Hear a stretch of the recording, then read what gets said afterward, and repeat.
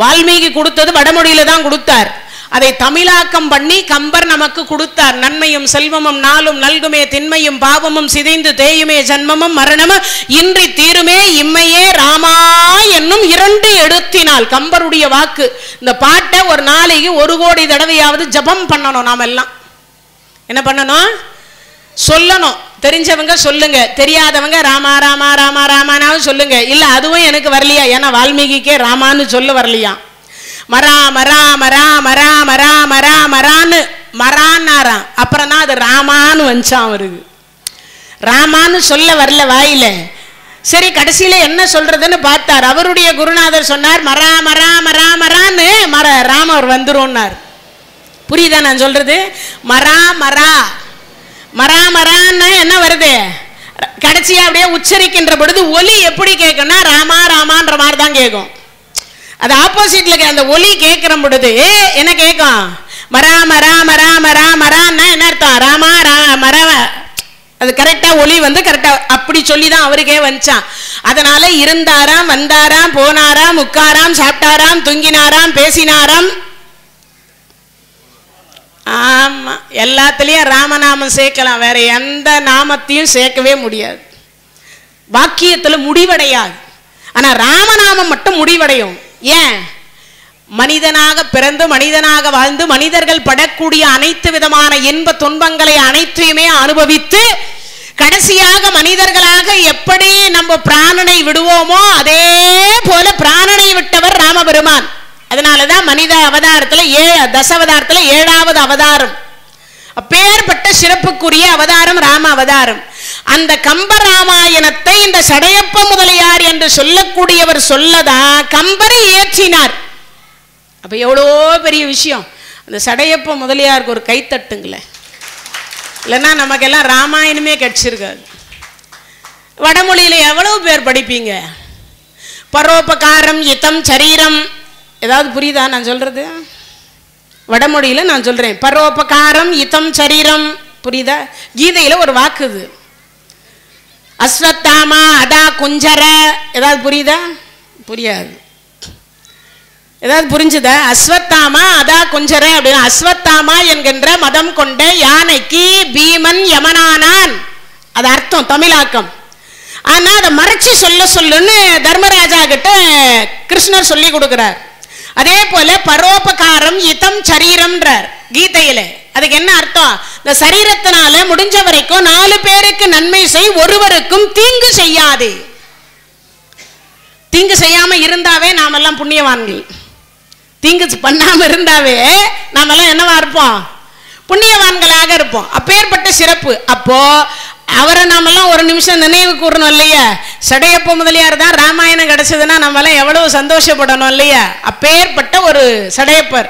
அந்த சடையப்பருக்கு காங்கேய பூபதி என்கின்ற பிள்ளையும் மங்களாம்பிகை என்கின்ற ஒரு பெண் குழந்தையும் பிறந்தாங்க.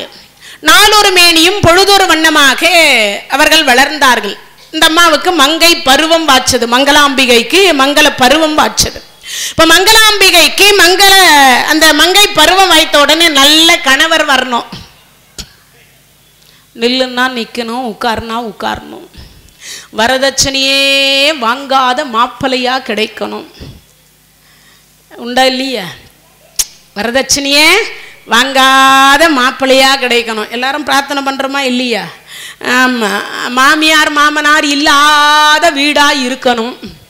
அது ரொம்ப முக்கியம். ஃப்ரிட்ஜ் இருக்கணும், வாஷிங் மிஷின் இருக்கணும், ஏசி இருக்கணும், அப்புறம் என்ன இருக்கணும்? டிவி இருக்கணும், அப்புறம் வேலைக்காரி இருக்கணும், எல்லாம் இருக்கணும். ஆனா மாமனார் மாமியார் மட்டும்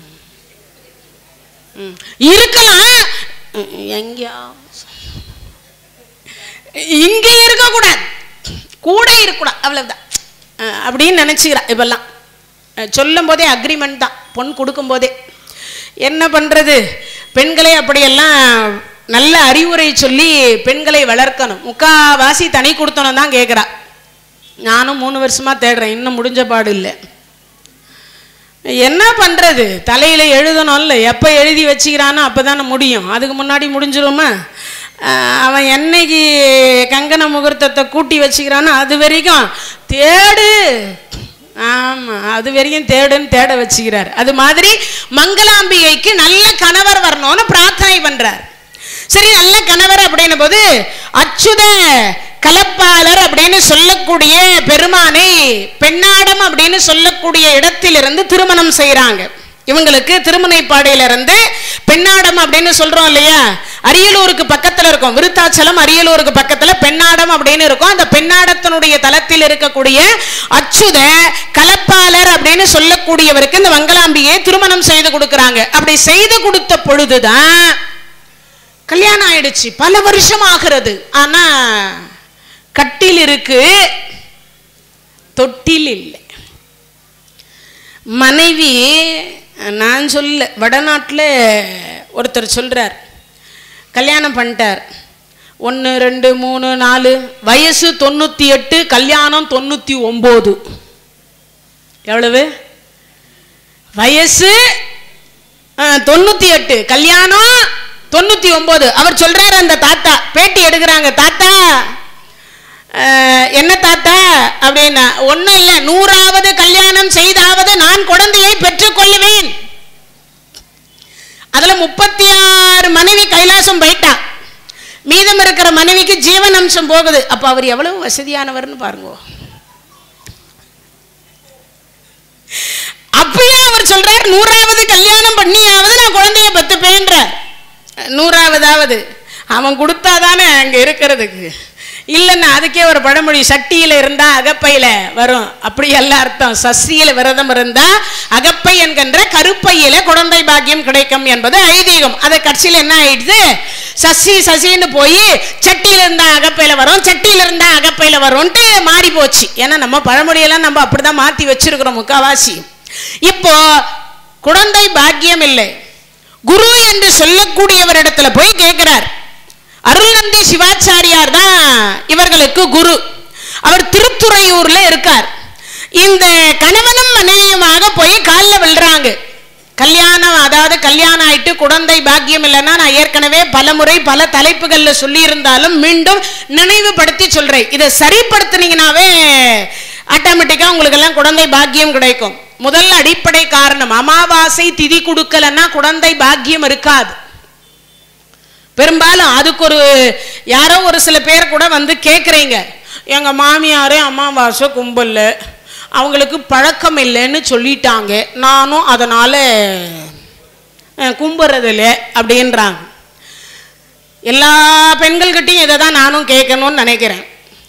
மாமியார் யூஸ் பண்ணாத ஸ்டவ் நீங்க யூஸ் பண்றீங்க, கேஸ். மாமியார் முதல்ல கேஸா பயன்படுத்தி இருந்தாங்க இல்லை தானே, அம்மி பயன்படுத்தி இருந்தாங்க. நீங்களாம் எதை பயன்படுத்துறீங்க? வாஷிங் மிஷின் பயன்படுத்தி இருந்தாங்களா? டிவி பயன்படுத்தி இருந்தாங்களா?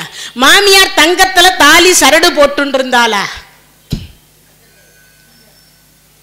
இதெல்லாம் எங்க மாமியார் பயன்படுத்தல, நானும் பயன்படுத்த மாட்டேன்னு சொன்னீங்கன்னா நீங்கெல்லாம் மாமியாருக்கு ஏத்த மருமகன்னு சொல்லிக்கலாம், சட்டிட்டு கொடுக்கலாம். உண்டா? இல்லை இல்லை.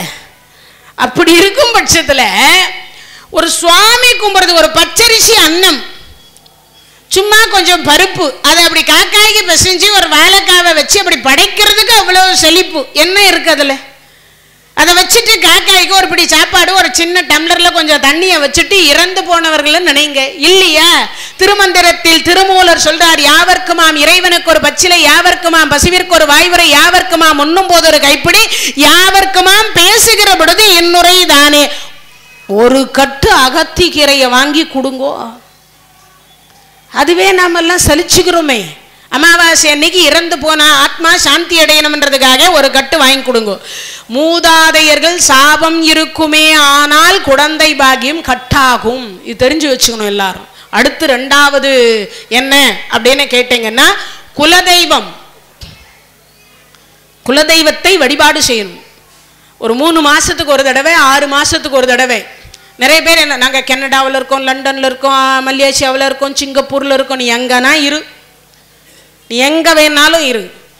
ஒரு அடுப்புல குலதெய்வத்திற்கு ஒரு ஒன்றும் இல்லை, ஒரு வெற்றிலையை எடுத்துட்டு இவ்வளோண்டு மஞ்சளை பிடிச்சி அங்கே வச்சுட்டு கிழக்கு நோக்கி உங்க அம்பாளுடைய பேர் போட்டோவோ இருந்தா அந்த போட்டோவை அப்படி வச்சுட்டு கிழக்கு நோக்கி ஒரு பொங்கலை வைக்கணும், பச்சரிசியை பொங்கணும். பொங்கிட்டு அதுல ஒரு வெள்ளக்கட்டியை வச்சு அந்த இறைவனுக்கு அவன் எந்த ஊர்ல இருக்காளோ அந்த அம்பாளை நினைத்து ஒரு நிமிஷம் தியானம் பண்ணி ஒரு கற்பூரம் ஏற்றி ஒரு 2 வெத்தலை பாக்க வச்சு ஒரு பழத்தை வச்சு ஒரு தேங்காயை உடைச்சி வழிபாடு பண்றதுக்கு என்ன நமக்கெல்லாம் கஷ்டம்? நீ எந்த ஊர்லனா இரு.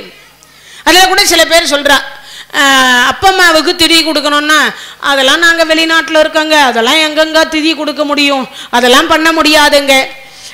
எங்கள் அப்பா எங்கள் அம்மா என்ன வெளிநாட்டுக்கா வரப்போறா? அவ ஜீன் உங்களுடைய உடம்புல இருக்கு, அவ ஜீன் உங்க உடம்புல ரத்தத்துல இருக்கு. நீங்க அவங்களுக்கு விசா எடுக்கணும்னோ இல்ல பாஸ்போர்ட் எடுக்கணும்னோ இல்ல எங்கிருந்து ஃபிளைட் டிக்கெட் எடுக்கணும்னோ அவசியம் இல்லை. ஜீன் எங்க இருக்கோ அங்க அவ வருவா. அதனால அதை செய்யணும். ஒண்ணுமே செய்யலன்னா கூட அவளை நினைச்சு ஒரு கையெடுத்து கும்பிட்டாவது, அப்பா அம்மா போட்டோ முன்னாடி கையெடுத்தாவது ஒரு கும்பிடு போடணும் எல்லாரும். அமாவாசை அன்னைக்கு மூதாதையர்கள் சாபம். அதே மாதிரி குலதெய்வத்தை மனசார பிரார்த்தனை பண்ணணும். குலதெய்வத்தினுடைய குலத்தை வாழ வைப்பதனால் அதற்கு குலதெய்வம்னு பேரு. குலத்தை வாழ வைக்கிறதுனால அதுக்கு குலதெய்வம்னு பேரு. குலம்னா என்னது? வம்சாவழின்னு பேர், வேற ஒன்றும் இல்லை. வயிற வீங்க வச்சு அதுல ஒரு குழந்தை பாக்கியத்தை கொடுத்து நம்ம வம்சத்தை தலைக்க செய்யக்கூடியவர்கள் குலதெய்வம். வாழையடி வாழையாக வாழ வைக்கக்கூடியதற்கு குலதெய்வம்னு பேரு. குலத்தை வாழ வைக்கக்கூடியவள், அவளுக்கு ஒரு பொங்க வைக்கணும், அவ்வளவுதான். அதுவும் இல்லைன்னா ஒரு மாவிளக்கு, பச்சரிசி மாவு இருக்கு இல்லையா, அதுல ஒரு 2 விளக்கேற்றணும் அந்த அம்பாளுக்கு. குலதெய்வம்னா மாவிளக்கேற்றணும் அம்பாளுக்கு. வெள்ளிக்கிழமை செவ்வாய்க்கிழமையில கூட வீட்லயே வச்சு ஏத்தலாம். அவ படம் இருந்துச்சுன்னா அந்த படத்தை முன்னாடி வச்சு ஏத்தலாம், தாராளமா ஏத்தலாம், ஒன்றும் தப்பு கிடையாது. இது குலதெய்வ சாபம் இருக்குமே ஆனா குழந்தை பாக்கியம் கட்டாகும். இதெல்லாம் தெரிஞ்சு வச்சுக்கணும். குலதெய்வத்தினுடைய சாபம் இருந்தா குழந்தை பாக்கியம் கிடைக்காது. அதனால நிறைய ஜோதிடர்கள் சொல்லுவாங்க, குலதெய்வத்தை வழிபாடு பண்ணியா போனியா சுவாமி அப்படின்னா என்னன்னு தெரியாது. இங்கிருந்து பழனிக்கு நடப்பயணம் போவாங்க. 48 நாள் யாருக்கு? ஐயப்ப சுவாமிக்கு மாலை போட்டுட்டு பொடி நடையா நடந்து போறேன்னு பிரார்த்தனை பண்ணிப்பாங்க, போவாங்க. ஆனா என்ன ஒண்ணுன்னா குலதெய்வத்தை மட்டும் கண்டுக்கவே மாட்டாங்க. அப்புறம் எங்கிருந்து நமக்கு குலகம் சரியாகிறது? சில பேர் குலதெய்வமே தெரியாதுன்னு சொல்லுவாங்க. ஒரு 10 அம்பாளுடைய பெயரை ஒரு சொம்புல எழுதி போட்டு குலுக்கி பல்லு விழுந்து முளைக்காத குழந்தைய விட்டு எடுக்க சொல்லி அந்த தெய்வம் எந்த தெய்வம் வருதோ அந்த தெய்வத்தை நீங்க இஷ்ட தெய்வமாக வழிபாடு பண்ணுங்க. உங்க குழந்தைக்கு வருகிற பொழுது அது ஆட்டோமேட்டிக்கா குலதெய்வமாக மாறி போயிடும். இது எல்லாரும் தெரிஞ்சுக்கிறதுக்காக சொல்றேன். இப்ப 2 சாபம் புரிஞ்சுச்சா? ஒன்னு மூதாதையர் சாபம், இன்னொன்று குலதெய்வ சாபம். இது 2 காரணத்தினால குழந்தை பாக்கியம் கட்டாகும். 3வது காரணம் உங்களுக்கு தெரிஞ்சதுதான், சிவன் சொத்து. மொத்தத்துல கோயில் சொத்து, மொத்தத்துல கோயில் சொத்து. நமக்கு சொத்து சேர்த்து வைக்கணும். நம்ம தாத்தா பாட்டி அப்பா அம்மா யாராவது 21 தலைமுறையில, அப்பம்மான்னு கூட இல்லை, 21 தலைமுறையில யாராவது ஒருவர் செய்திருந்தால் அந்த பாவமாகப்பட்டது நம்மை சூழும். அந்த பாவம் நம்ம சேரும். அப்படி சேருகிற பொழுது நமக்கு என்ன கிடைக்காது? எங்கிருந்து எடுக்கப்பட்டதோ அந்த சொத்துக்கள் மீண்டும் அதே கோயிலுக்கு போய், நமக்கு வாரிசு இல்லைன்னா எங்க போய் சேரும்? கோயிலுக்கு போய் சேரும் இல்லையா? அந்த சொத்து மீண்டும் எடுக்கப்படும். அப்பன்னா வாரிசை கட் பண்ணுவார்னு அர்த்தம். அதனால்தான் சிவன் சொத்து குலநாசம். மொத்தத்துல கோயில் சொத்து குலநாசம். இப்ப இந்த 3 காரணம் யாருக்கு இல்ல? மங்களாம்பிகைக்கும் இல்ல, அச்சுத கலப்பாளருக்கும் இல்ல, அவருக்கும் இல்ல. குரு கிட்ட போய் அருள்நந்தி சிவாச்சாரியார் இடத்துல போய் திருத்துறையில போய் கேட்கிறார். அவர் அங்கதான் வாழ்ந்துட்டு இருக்கார், அவர் தான் அவருக்கு குரு. அவர்கிட்ட போய் கேட்கிறார், சுவாமி நான் சிவ தொண்டு செய்யறேன். ஏன்னா இவர் சாதாரணமானவர் கிடையாது, அச்சுத கலப்பாளர் சாதாரணமான கிடையாது, சிவ தொண்டு செய்வதில் சிறந்தவர். அதை வச்சுதான் சடையப்பர் இந்த மங்களாம்பிகையை அவருக்கு கல்யாணம் பண்ணி கொடுத்தார். ரொம்ப நல்ல பையனா இருக்கானேன்னு. அப்படி இருக்கும் பட்சத்தில் ஏனோ தெரியல எங்களுக்கு குழந்தை பாக்கியம் இல்லைன்னார். அப்போ என்ன சொல்றாருன்னா, இந்த அருள்நந்தி சிவாச்சாரியார் சொல்றார், நீங்க போய் திருவெண்காடு அப்படின்னு சொல்லக்கூடிய தலத்துல போய் சூரிய தீர்த்தம் சந்திர தீர்த்தம் என்று சொல்லக்கூடிய அக்னி தீர்த்தம், இந்த 3 தீர்த்தத்திலையும் நீராடி ஒரு 48 நாள் விரதம் இருந்து கணவனும் மனைவியுமாக அந்த இறைவனை வழிபாடு செய்யுங்கோ. சில காலம்னா 2 பேரும் இப்படி சில காலம் அங்க பூஜை பண்றார். பூஜை பண்ண உடனே சிவபெருமான் காட்சி கொடுக்கிறார்.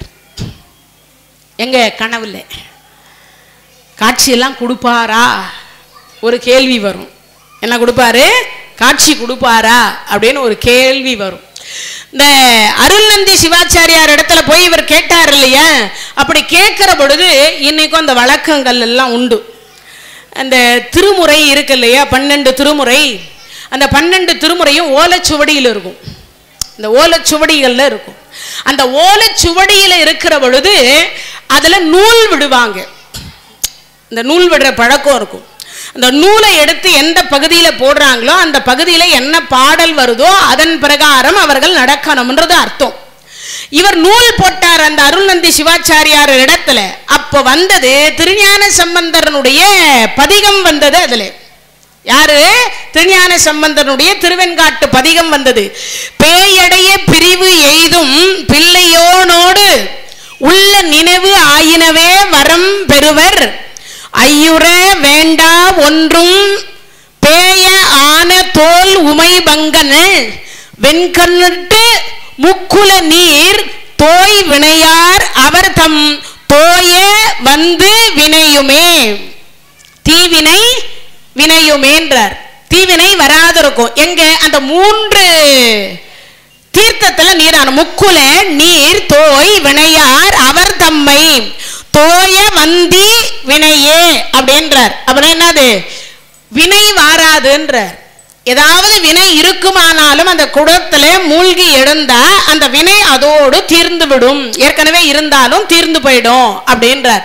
இதை சொன்ன உடனே இறைவனை அது பிரகாரம் இவங்க வணங்கினாங்க. திருவெண்காட்டை வணங்குறாங்க, கணவன் மனைவி. இப்படி திருவெண்காட்டு தலத்துல கணவனும் மனைவியும் வணங்கிய பொழுது கணவன் சிவபெருமான் சொல்றார், ஞான சம்பந்தரை போன்று உனக்கு ஒரு பிள்ளை தரேன். என்ன தரேன்? ஞான சம்பந்தருக்கு எத்தனை வயசுல ஞானம் வந்தது? 3 வயசுல. எத்தனை வயசுல? 3 வயசுல. அந்த ஞான சம்பந்தருக்கு ஈடான ஒரு பிள்ளைய கொடுத்தார். யார் அவரு? ஈடான பிள்ளைய. அப்போ மனைவி மணி வயிறு வாய்த்தது. நல்லதொரு சுப முகூர்த்தத்தில் குழந்தை பிறந்தது. குழந்தை பிறந்த உடனே சடையப்பர் தாய் வீட்டில் தானே குழந்தை பிரசவம் என்பது எங்க நடக்கும்? தாய் வீட்டில் நடக்கும். ஒரு 2 வருஷம் குழந்தை அங்க இருந்தார். திருமுனைப்பாடியில ஒரு 2 வருஷம் இருக்கிறார். அப்படி இருந்த பொழுது அங்க இருக்கக்கூடிய யாருகிட்ட இந்த குழந்தை பார்த்தீங்கன்னா அருள்நந்தி சிவாச்சாரியார் இடத்துல அங்க பாடம் படிக்குது. 2 வயசு குழந்தை. அவர் சில விஷயத்தெல்லாம் சொல்லி கொடுக்கிறார். இந்த குழந்தை பிறக்கிறதுக்கே காரணம் அவரா தான் இருந்தார். அவர் சொல்லி தான் இவங்க வழிபாடே பண்ணாங்க. இப்போ 2 வயசு அந்த குழந்தைக்கு. அந்த குழந்தைக்கு அப்படி 2 வயசு இருக்கிற பொழுது அப்போ பரஞ்சோதியாருக்கு ஒரு ஆசை. நான் முன்பே சொன்னல, அக சந்தான குறவர், அதுல பரஞ்சோதியார் இந்த 4 பேர் இருந்தாங்கன்னு சொன்ன இல்லையா? யார் யாரு? மெய்கண்டர், அருள்நந்தி சிவம், மறைஞான சம்பந்தம், உமாவதி சிவாச்சாரியார். இவங்க 4 பேருக்குமே குரு பரஞ்சோதியார் தான். இவங்க 4 பேருக்குமே குரு பரஞ்சோதியார். இப்போ அந்த பரஞ்சோதியாருக்கு ஒரு ஆசை வந்தது. என்ன ஆசைன்னா, நம்ம குருவை போய் நம்ம பார்க்கலாமே. இந்த பரஞ்சோதியாருக்கு குரு யாரான்னு கேட்டா அகத்தியர். இந்த பரஞ்சோதியாருக்கு குரு யாருன்னா அகத்தியர். அகத்தியர் எங்க இருக்கிறாருன்னா பொதிகை மலையில உட்கார்ந்து இருக்கார், தவத்துல உட்கார்ந்து இருக்கிறார். சரி, நம்ம குருவை பார்க்க போலாமேன்னு ஆகாய மார்க்கமாக கையில இருந்து புறப்படுறார். என்ன, பரஞ்சோதியார் தவத்துக்குரியவர்களே ஆகாய மார்க்கமாக அவர் புறப்பட்டு வரார். புறப்பட்டு வந்த பொழுது இந்த குழந்தைய திருமுனைப்பாடியில பார்க்கிறார் பரஞ்சோதியார். அவர் வரும்பொழுது இந்த பூமியில இருக்குது. அவரு இந்த பூமியில பறந்து வந்துட்டு இருக்கார். அந்த தலத்துக்கு வந்த பொழுது இங்க கீழே மெய்கண்டார் இருக்கார். ஆனா பேர் திருவெண்காடர்னு அப்பம்மா வச்ச பேரு. அப்பம்மா வச்ச பேர் என்னது? திருவெண்காடர் அப்படின்னு பேரு. இந்த திருவெண்காட்டு தலத்துல வழிபாடு செய்து பிறந்ததுனால அவருக்கு திருவெண்காடர் அப்படின்னு பேர் தான் வச்சாங்க. இப்ப பரஞ்சோதியார், என்ன இது இவ்வளவு தொலைவு பறந்து வந்தோம், நம்ம ஆகாய மார்க்கமாக வந்தோம், நம்மளை இந்த உடம்பு ஒன்றும் பண்ணலையே, இந்த இடம் வந்த உடனே நம்மளை ஈர்க்குதே, இந்த இடம் வந்த உடனே ஈர்க்குது, என்னவாக இருக்குன்னு கீழே பார்த்தா ஒரு 2 வயசு குழந்தை. இவன் என்ன, இவன் நம்மளை இழுக்கிறானே, அப்படி இப்படி உத்து பார்த்தா அவர் அந்த குழந்தை வந்து ஈர்க்கிறது, அந்த உடம்பு திருமேனி இவரை பார்த்து ஈர்க்கிறது. ஈர்த்த உடனே கீழே இறங்கி வந்தார். இவர் பார்த்து அந்த குழந்தைய பார்த்து கண்ணான்னு கூப்பிடுறதுக்கு முன்னாடி 2 வயசு குழந்தை பரஞ்சோதியார 3 முறை வலம் வந்துட்டுது. சாஷ்டாங்கமா விழுது காலில். விழுந்த உடனே இவருக்கு ஆச்சரியம், 2 வயசு குழந்தைக்கு என்ன எவ்வளவு ஞானம்.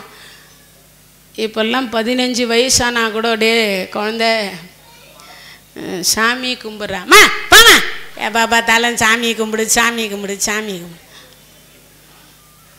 எப்போ பார்த்தாலும் சும்மா சாமியெல்லாம்.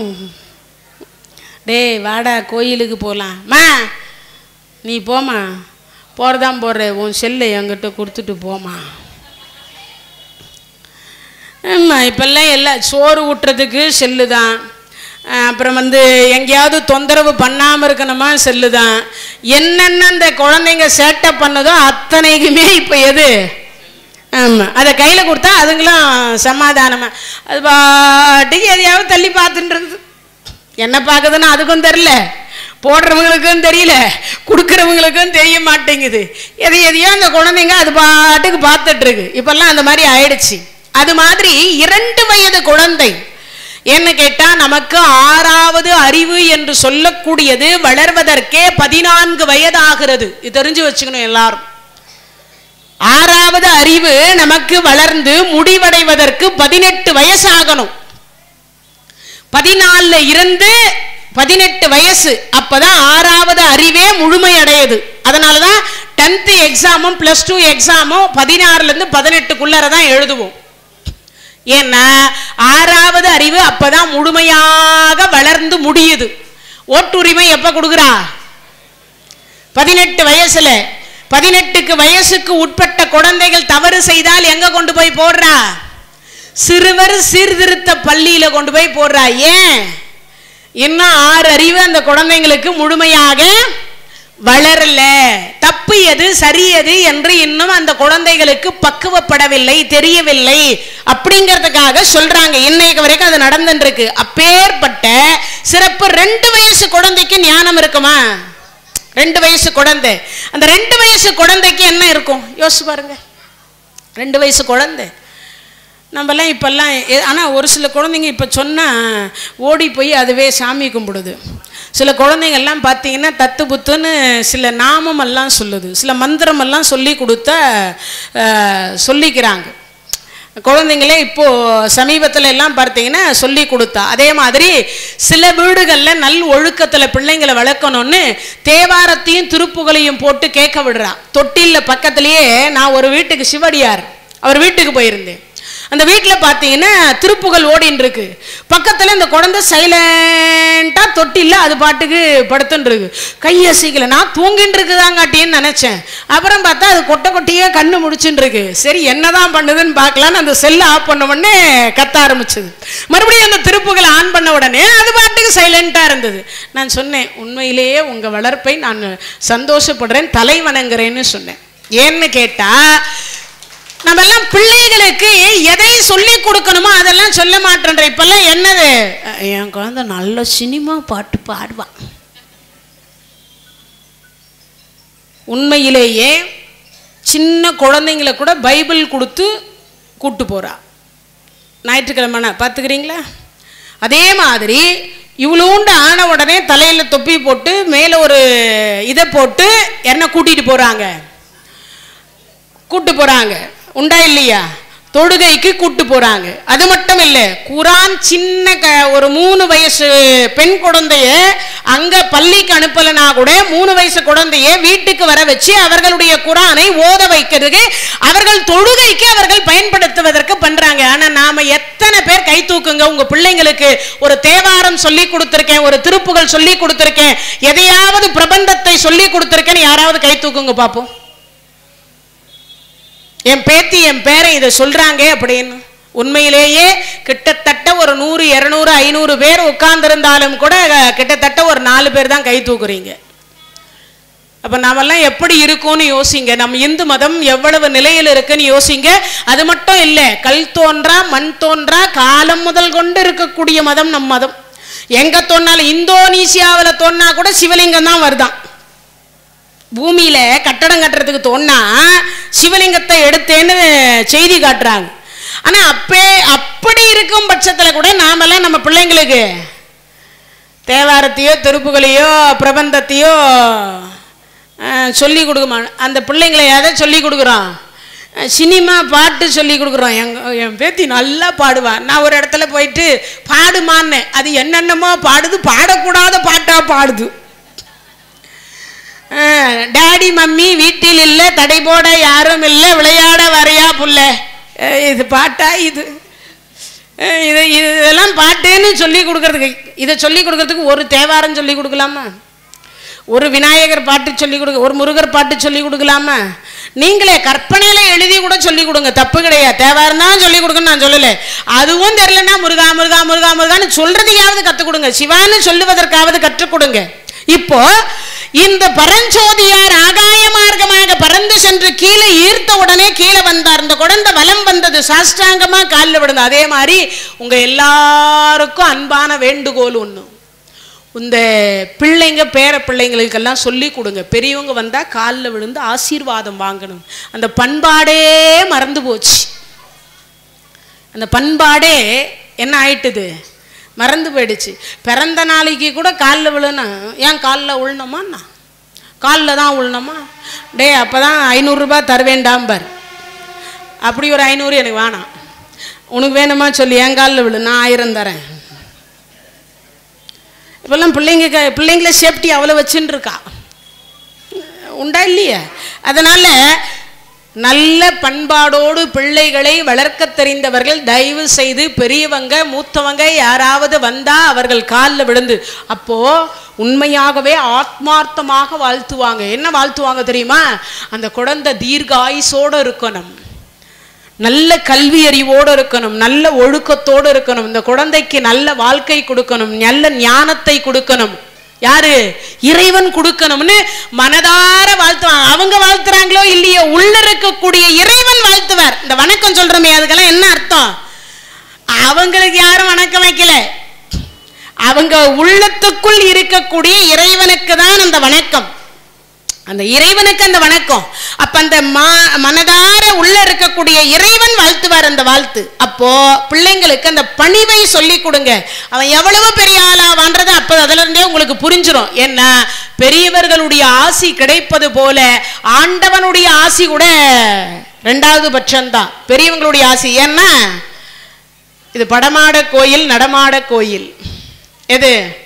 இது படமாட கோயில், இது நடமாட கோயில். எது? பெரியவங்க ஆசி எல்லாம் நடமாடுறது ஆசீர்வாதம், அது படமாட கோயில். நம்மளா வந்து அங்க பார்த்தாதான் அவர் ஆசீர்வாதம். அப்ப கூட அவர் எந்த நிலையில இருந்து நம்மள ஆசீர்வாதம் பண்ணுவார், எப்ப பண்ணுவார்? ஏன்னா அவர் பார்வை நம்ம மேல படணும். நாம அவரை பார்க்கறது பெரிய விஷயமே இல்லை, நாம அவரை பார்க்கறது பெரிய விஷயம் இல்லை, அவர் நம்மை பார்க்கணும். எப்ப பார்ப்பாருன்னு நமக்கே தெரியாது. அதனால பெரியவங்களை வணங்கணும். இங்க திருவெண்காடர் என்கின்ற மெய்கண்டார் பரஞ்சோதியாரை வணங்குறார். அப்படி வணங்கி அவர் பார்த்தார், வணங்கி முடிச்சார். வணங்கி முடிச்ச உடனே அப்பதான் அவர் சொல்லி கொடுக்கிறார். 2 வயசு குழந்தைக்கு என்ன சொல்லி கொடுக்கிறார்? சிவஞான போதம் என்று சொல்லக்கூடிய சிவபெருமானுடைய வழிபாட்டு முறைகளை, சைவ சித்தாந்த முறையை பரஞ்சோதியார் கற்றுக் கொடுத்தார். 2 வயசு குழந்தை கேட்டுது. பரஞ்சோதியார் கேட்கிறார், திருப்பி சொல்லு. கட கட கட கட கட கடன்னு அந்த குழந்தை ஒப்படைக்கிறான். பரஞ்சோதியார் பார்த்தார், என்னடா இது, சொல்லி கொடுக்குற என்னாலேயே கற்றுக்க முடியாதே, சொல்லி கொடுக்குற என்னாலேயே இதை என்ன பண்ண முடியாது, திருப்பி சொல்ல முடியாது. 2 வயசு குழந்தை இவ்வளவு அழகா திருப்பி சொல்றானே. அதுவும் அவன் சொல்லக்கூடிய இந்த சொல்லுகிற பொழுது இந்த ஒரு மயக்கத்தோடு சொல்லும் தெரியுமா, ஆத்மார்த்தமா சொல்லுவாங்க தெரியுமா, அந்த மாதிரி சொல்றான். ஏதோ ஒரு 10-20 வருஷத்துக்கு முன்னாடி அந்த சிவஞானத்தையே இவன் உணர்ந்தவன் போல சொல்றான் அந்த குழந்தை சைவ சித்தாந்தத்தை. எப்படி இருக்கும் பரஞ்சோதியாருக்கு? குழந்தையை எடுத்து அப்படியே அள்ளி அணைத்து உச்சி மோந்து முத்தமிட்டு மெய்கண்டார் என்று பெயர் வச்சார். என்ன பேரு? என்ன, நமக்கெல்லாம் 10 வாட்டி பாராயணம் பண்ணா கூட வரமாட்டேங்குது. என்ன வரமாட்டேங்குது?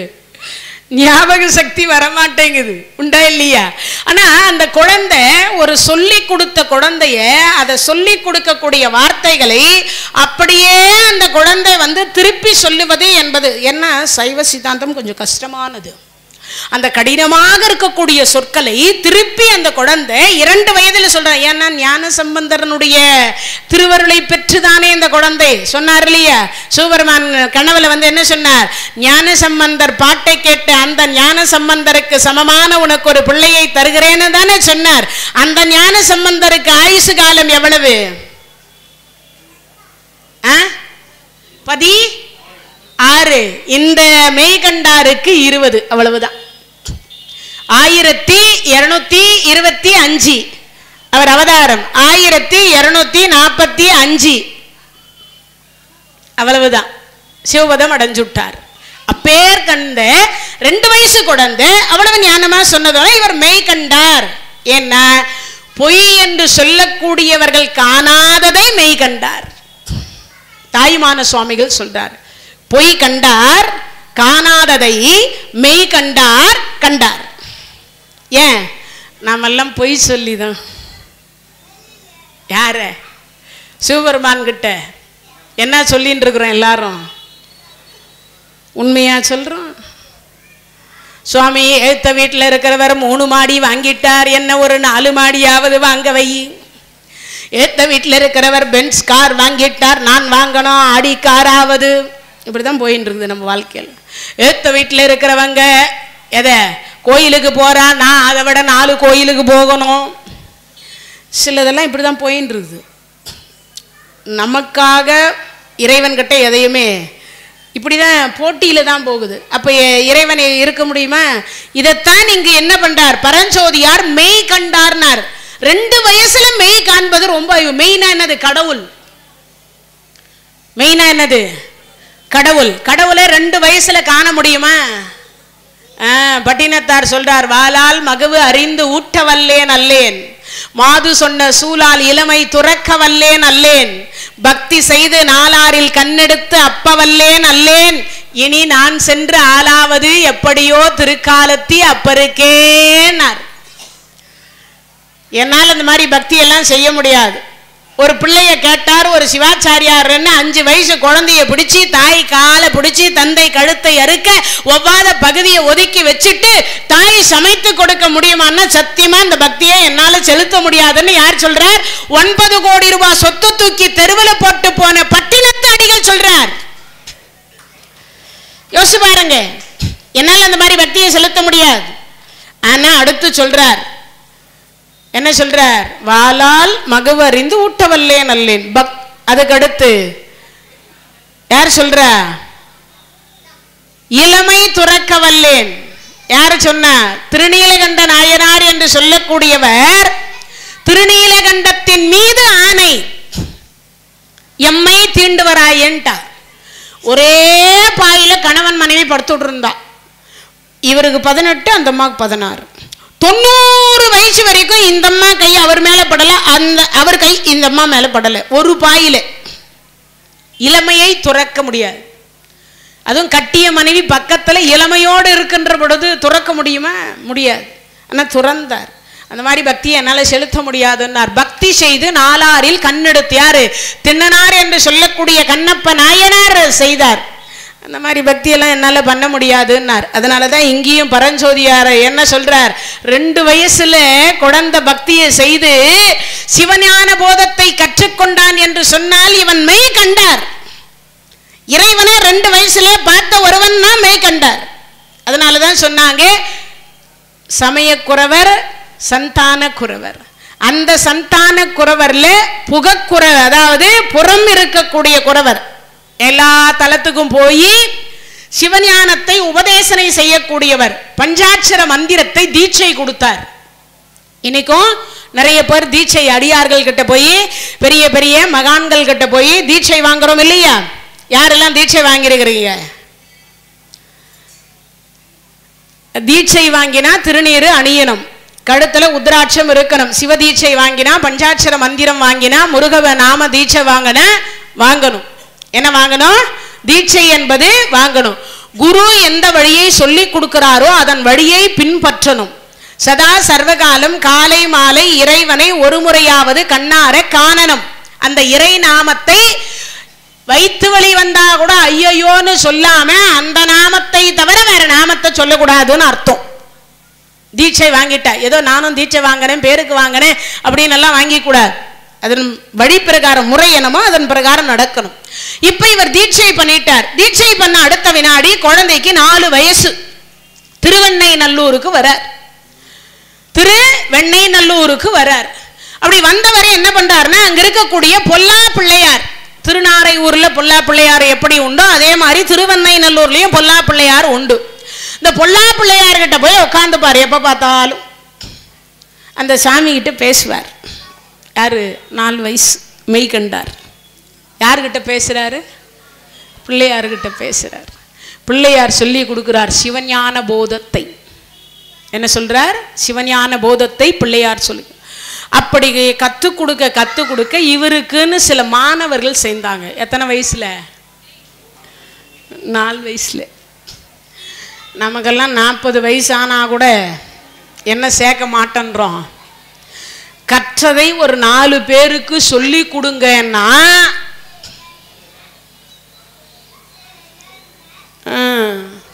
என்னால் ஒரு சொற்பொழிவுக்கு போக முடியல. வேற ஒரு காரணம், ஒருத்தர் சிவபதம் அடைஞ்சிட்டார், நான் போக வேண்டிய சூழ்நிலை. ஒரு என்ன மாதிரி ஒருத்தர்கிட்ட கேட்டேன், சொற்பொழிவாளர்கிட்ட.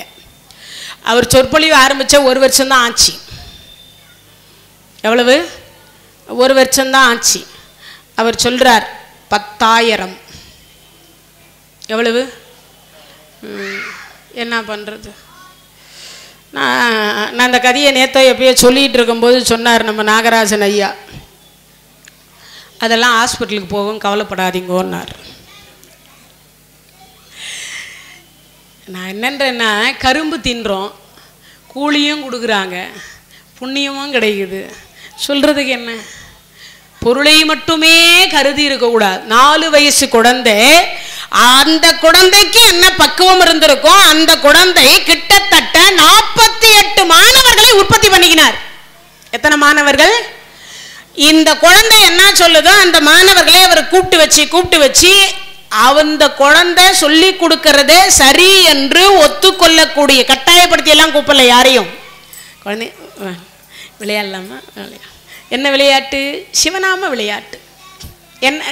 நான் 5 முறை சொல்லுவேன், நீ 5 முறை சொல்லணும், அவன் 5 முறை சொல்லணும். என்ன சொல்லணும்? சிவாய நம என்று சிந்தித்திருப்போர்க்கு அபாயம் ஒரு நாளும் இல்லை. சிவசிவ என்கிற தீவினையாளர் சிவசிவ என்றிட தீவினை மாலும் சிவசிவ என்றிட தேவரும் ஆவர் சிவ சிவ என்ன சிவகதி தானே. சொல்லு, திருப்பி சொல்லு. இப்போ எனக்கு ஒரே ஒரு பாட்டு தான் தெரியும்னு வச்சுக்கோங்களேன், அந்த ஒரே பாட்டை திருப்பி திருப்பி சொல்லலாமா? 1 கோடி தடவை சொல்லலாம், லட்சம் தடவை இல்லை, கோடி தடவை சொல்லலாம். இன்னைக்கும் பார்த்தீங்கன்னா ஸ்ரீராம ஜெயம் இருக்குல்ல, அந்த ஸ்ரீராம ஜெயத்தை ஆஞ்சநேய சுவாமிகள் எங்கெல்லாம் பிரதிஷ்டை பண்றாங்களோ அங்கெல்லாம் என்ன பண்ணுவாங்கன்னா 1 கோடி முறை ஸ்ரீராம ஜெயத்தை எழுதி ஒரு பேப்பர்ல எழுதி ஒரு பெட்டியில போட்டு, ஒரு கட்டை, அதுக்குன்னே ஒரு பெட்டி இந்த கடைகள் எல்லாம் விற்கும் பார்த்துருப்பீங்க, சின்ன சின்ன பெட்டிங்க, அந்த பெட்டியில போட்டு அந்த பெட்டிக்குள்ள ஒரு அது அழியாம இருக்கிறதுக்காக அதை சிலதெல்லாம் பண்ணி அதை கீழே வச்சு அதுக்கு மேல சிலை வைப்பான். இன்னைக்கும் இந்த முறை உண்டு. இது எதுக்கு சொல்றேன்னா, அப்ப அந்த 1 கோடி முறை ஸ்ரீராம ஜெயத்தினுடைய பலன் இந்த வணங்குறாங்க பாருங்க, அவங்களுக்கும் கிடைக்குது. மேல இருக்கக்கூடிய கல் சிலையாக இருக்கக்கூடிய ஆஞ்சநேய சுவாமிகளுக்கும் அது கிடைக்குது அந்த திருவருள். அப்ப எவ்வளவு பலன்? 2 மடங்கு பலனா? வணங்குறவங்களுக்கும் கிடைக்குது, நின்று கொண்டிருக்கக்கூடிய இறைவனுக்கும் அந்த திருவருள் கிடைக்குது, அந்த ராமநாமத்தினுடைய பலன் கிடைக்குது. அதே மாதிரி சில முறைகள்னு சொல்லுவோம். அதுபோல 1 கோடி தடவை திருப்பி திருப்பி சொல்ல வைக்கிறார். எதை? சிவநாமத்தை, பஞ்சாட்சர மந்திரத்தை சொல்ல வைத்தார். இப்படி பஞ்சாட்சர மந்திரத்தை சொல்ல சொல்ல சொல்ல 48 பேர் வந்து சேர்ந்துட்டா இந்த குழந்தைக்கு. 48 பேர் வந்து சேர்ந்த உடனே எல்லாரும் பார்க்கிறாங்க, எல்லாம் பார்க்கிறார். எல்லாரும் பார்த்த உடனே என்ன ஆயிற்றுன்னா, அப்பதான் அருள்நந்தி சிவாச்சாரியார் வர்றார். இவர் தான் அவருக்கு குரு. இவர் தான் அவருக்கு முதல்ல 2 வயசுல இருக்கும்போது சொல்லி கொடுத்தாரு இல்லையா குரு. அப்பம்மாவே போய் அவர்கிட்ட வணங்குறாங்க, ஏன்னா நமக்கு பிள்ளை பாக்கியத்தை கொடுத்தவரேன்னு. ஆனா அந்த குழந்தை மட்டும் வணங்கல. 4 வயசு குழந்தை வணங்க மாட்டேன்றான். அப்படி வணங்க மாட்டேன்னு சொல்லுகிற பொழுது அப்பதான் பார்க்கிறார், இது என்ன இது குழந்தை வணங்க மாட்டேன்றானே, 4 வயசு பிஞ்சிலே பழுத்தது போலுக்குது. இப்போ நிறைய பேர் சொல்லுவோம்ல, அது கொஞ்சம் வாய் துடுக்கா பேசுதுங்க, வாய் கொஞ்சம் துடுக்கா பேசுதுங்க, சில பேர் சொல்லுவோம். இப்படி சொல்லிக்கொண்டே இருக்கின்ற பொழுது அருள்நந்தி சிவம் இந்த குழந்தை வந்து வணங்க மாட்டேன்றானே, இந்த குழந்தை வந்து வணங்க மாட்டேங்கிறானேன்னு யோசித்து யோசித்து ரொம்ப நேரம் பார்க்கிறார். அவன் வந்து வணங்கலை. வணங்காத பொழுது பார்த்தார், என்ன இந்த மாணாக்கள் எல்லாரையும் வச்சு பாடம் நடத்தின்னு இருக்கார். இந்த பாடத்தை கேட்க கேட்க அருள்நந்திக்கு இது என்ன, இது நமக்கே தெரியாதெல்லாம் இவன் சொல்லின்னு இருக்கான், இந்த மாதிரி எல்லாம் உண்டான அவருக்கு ஒரு ஆச்சரியம். அப்படி ஆச்சரியமாக இருக்கின்ற பொழுது அப்பதான் இவர் சொல்லி கொடுக்கிறார். பிள்ளைகள் கிட்ட என்ன சொல்லி கொடுத்தான்? ஆணவ மலம், கண்ம மலம், மாயா மலம், இதையெல்லாம் சொல்லி கொடுக்கிறார். ஓ, இவ்வளவு சொல்லி கொடுக்கிறானா இந்த வயசுலையா? ஆமா. உடனே இவர் போய் கேட்டார், ஆணவ மலம் எது? அருள்நந்தி போய் கேட்கிறார். யாருகிட்ட? மெய்கண்டார்கிட்ட போய் கேட்கிறார், ஆணவ மலம் எதுன்னார். இப்படி இந்த விரலை காட்டி இப்படி நீட்டினார். ஆணவ மலம் என்பது இந்த விரலை காட்டினார்.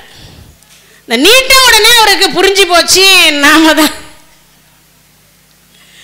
அறிவு எங்கு இருந்தாலும் அவரை பணியணும், மதிக்கணும். குழந்தை வணங்கலைன்றதுக்காக அவனுக்கு அறிவில்லைன்னு சொல்ல முடியாது இல்லையா? சிவஞான போதத்தையே அவர் கரைச்சி குடிச்சுட்டார். இவருக்கே பாடம் சொல்லி கொண்டிருக்கிறார். இந்த விரலை நீட்டி அடுத்த வினாடி சுட்டி காட்டிய உடனே நமக்கு தான் ஆணவ மலம் என்பதை உணர்ந்து உடனே போய் சாஷ்டாங்கமா 4 வயசு குழந்தை கிட்ட அருள்நந்தி சிவம் போய் அப்படியே விழுந்தார்.